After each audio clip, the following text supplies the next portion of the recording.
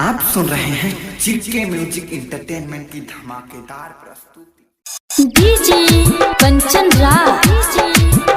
कुछ दिल की मजबूरियां थी, कुछ किस्मत के मारे थे, साथ में भी छोड़ गए तो जान से मारो प्यार थे।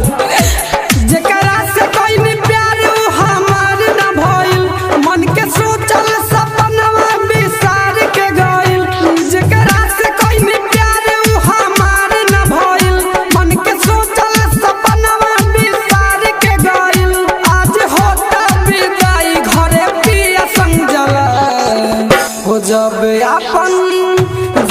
अपन बेगाना हो जाला तब दिल साला काहे टूट जाला, पल भर में अनहरिया जाला। तब दिल साला काहे टूट जाला, पल भर में अनहरिया जाला। Kalika movies recording studio Sugauli. DJ Kanchan राज।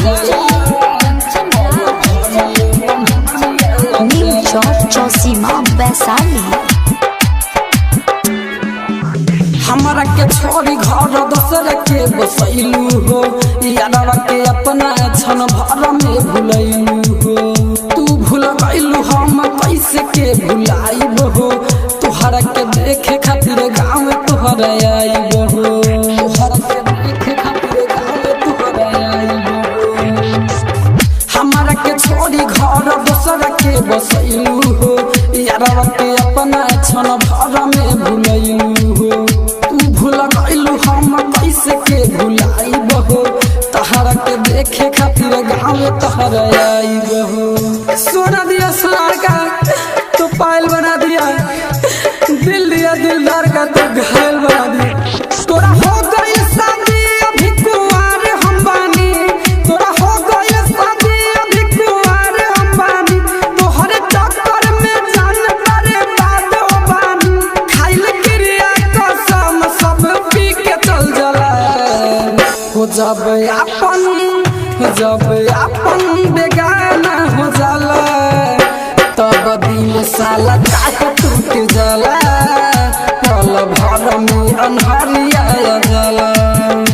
तब दिल साला काहे टूट जाला, पल भर में अनहरिया जाला।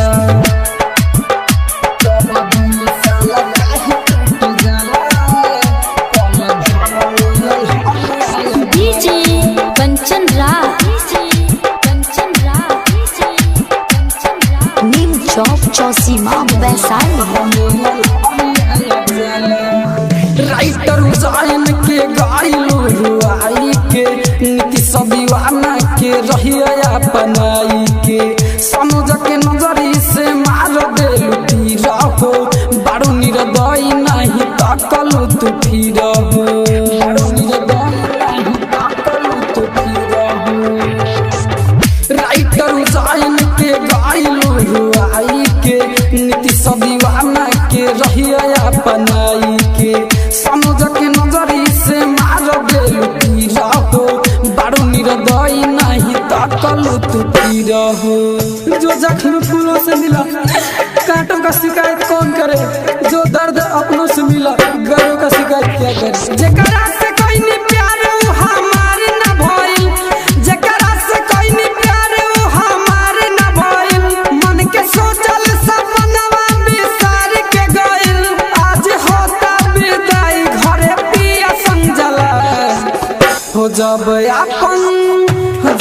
अपन बेगाना हो जाला तब दिल साला काहे टूट जाला, पल भर में अनहरिया जाला। तब दिल साला काहे टूट जाला,